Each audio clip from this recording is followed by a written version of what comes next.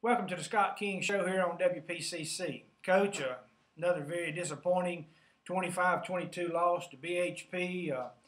You had your chances and just couldn't quite pull things out. You started out early with a touchdown drive, had a good drive down the field. They come back on the second play and score from scrimmage, and then you come back on your next drive and go down and score, and it's 14-7, and you've pretty much dominated the game. You feel like what were your thoughts at that point? Well, like you said, we opened up first two drives, went down the field, scored, had a big fourth down pass play to Keon.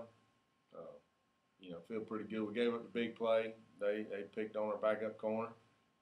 We know they're very capable of doing that to anybody, and they made a play on us right there. We went right back down, answered, and had another opportunity here in a minute to go up two scores.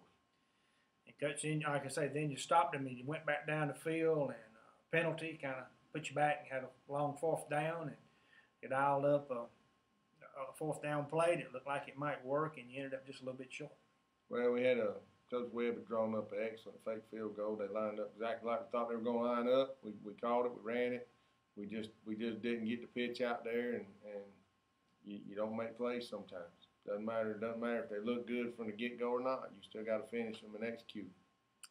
And Coach, after that, they did manage to go back down the field and score, miss the extra point, and they missed a field goal right at the end of the half, and you go in with a 14-13 lead at the half. We did, and we've been in that situation some all year where we played pretty well in the first half. We got to find a way to finish and play better in the second half. We hadn't done that up to this point, really. And, Coach, you come out in the second half, and your first three offensive drives, you go 3 and out. You can't get a first down after you moved the ball so well in the first half. And they get two more scores and go up 25-14 midway through the fourth quarter, and had to kind of be concerned there that maybe the team wouldn't keep playing, but they didn't quit. Well, we've fought all year with that. Our kids have battled when we've gotten behind there late every time.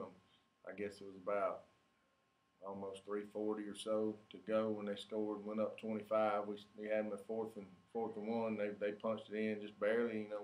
We were playing decent defense. They scored. Now we got to answer, and we went right down the field in about less than a minute, and scored and within three again. And then you just couldn't get them off the field. Yeah. No, we didn't get the onside kick, and then like I said, they had 2 or 3 first downs right there.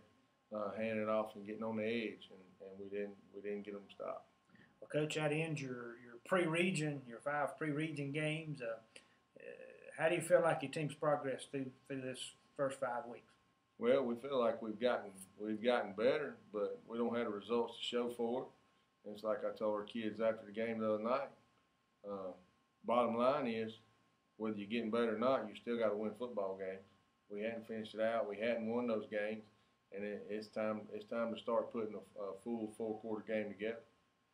All right, Coach. Well, that's it for the pre-region, and you end up 1-4 on that part of your schedule. And we'll be back right after this to talk about region schedule on Sports Radio 1410.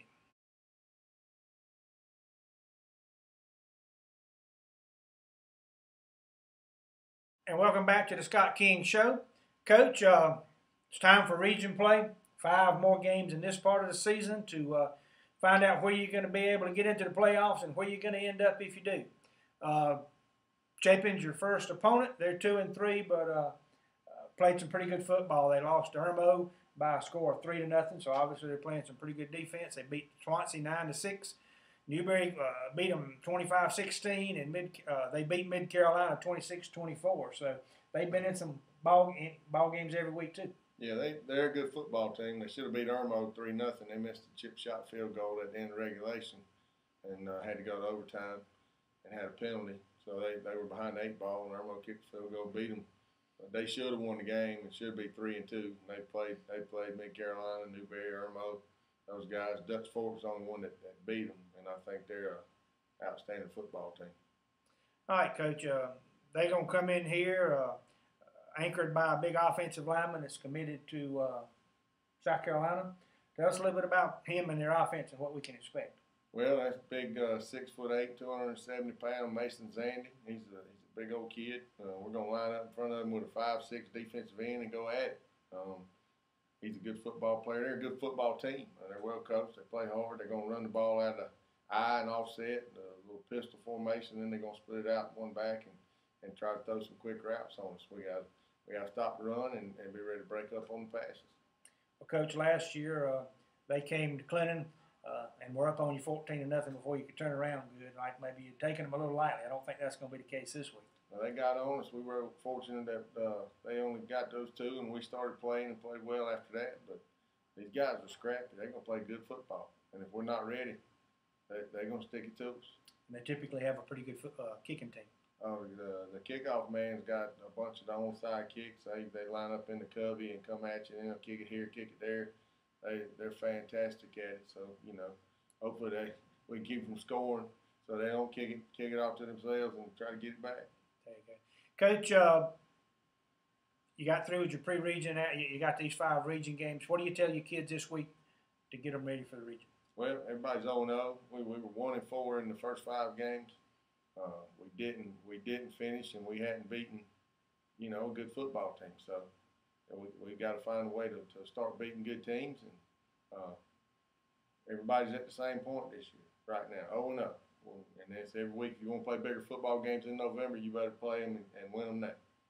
All right, Coach. We want to thank you for allowing us to come in and talk with you, and we look forward to seeing you back here again next week on Sports Radio 1410.